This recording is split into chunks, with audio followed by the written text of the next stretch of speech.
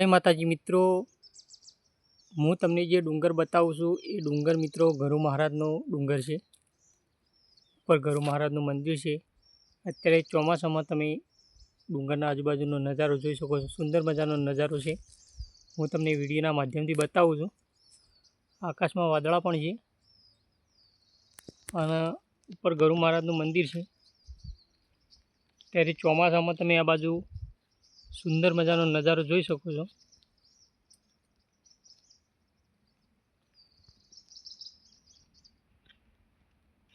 અહીંયા તમે આવો તમને મજા આવે એવી જગ્યા છે ગરુ મહારાજની. અને આ પોખરાના ઉપર મિત્રો જે આપણે ગયા હતા માની તળાવડી એ ત્યાં ઉપર છે. એના ઉપર 2-3 ટેકરીઓ છે, 2-3 પોખરા છે, એટલે ટેકરીઓ જેવા પોખરા છે.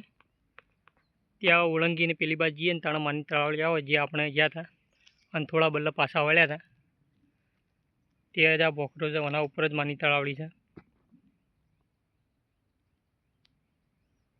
અત્યારે તમે સુંદર મજાનો ચોમાસામાં ડુંગરનો નજારો જોઈ શકો છો.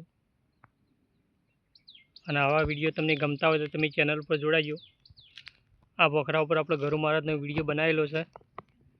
એ વિડીયો તમે જઈને જોજો. ઉપર ગરુ મહારાજનું મંદિર છે અને ગરુ મહારાજનું મંદિર છે ને ત્યાં સુધી આપણે પગથિયાં છીએ. એનાથી ઉપર જવું હોય તો ઉપર મઢી છે અને મઢીના ઉપર કોઈ સુવિધા નથી ચડવાની. તમારે ચડવાની તાકાત જોવો તો તમે ચડી શકો. આ બાજુ આ ટાઈપનો નજારો છે. તમને જો આ વિડીયો ગમ્યો હોય તો તમે ચેનલ પર જોડાજો અને 5 મિત્રો સાથે વિડીયો શેર કરજો, જે કરીને અમે આવા વિડીયો બનાવતા રહીએ અને તમને બતાવતા રહીએ. સુંદર મજાની જગ્યા છે અને તમે આવો તમને મજા આવશે આ જગ્યા ઉપર.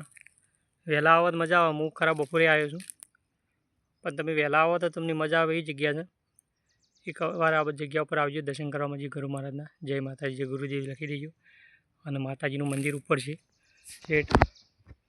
આ ટેકરી પહેલી ગરુ મહારાજની પોખરી. એના ઉપર તમારી મઢીવાળી પોખરી ઓળંગવી પડશે. એના પછી એક બીજી પોખરી બીજું ટેકરી આવે છે એ ઓળંગવીને એનાથી આમ ઉતરીને એના પછી બીજી ટેકરી આવે છે એ ઓળંગીને એના ઉપર જઈએ ને તાણે માની તળાવડી આવે અને ત્યાં આપણે જવાનું છે. તમને વિડીયો બનાવીને બતાવશું માની તળાવડી અને મંદિર બતાવશું. ત્યાં સુધી આ વિડીયોમાં તમે આટલું નિહાળી શકો છો. તમને વિડીયો ગમે ચેનલ પર જોડાજો. જય માતાજી, શેર કરજો.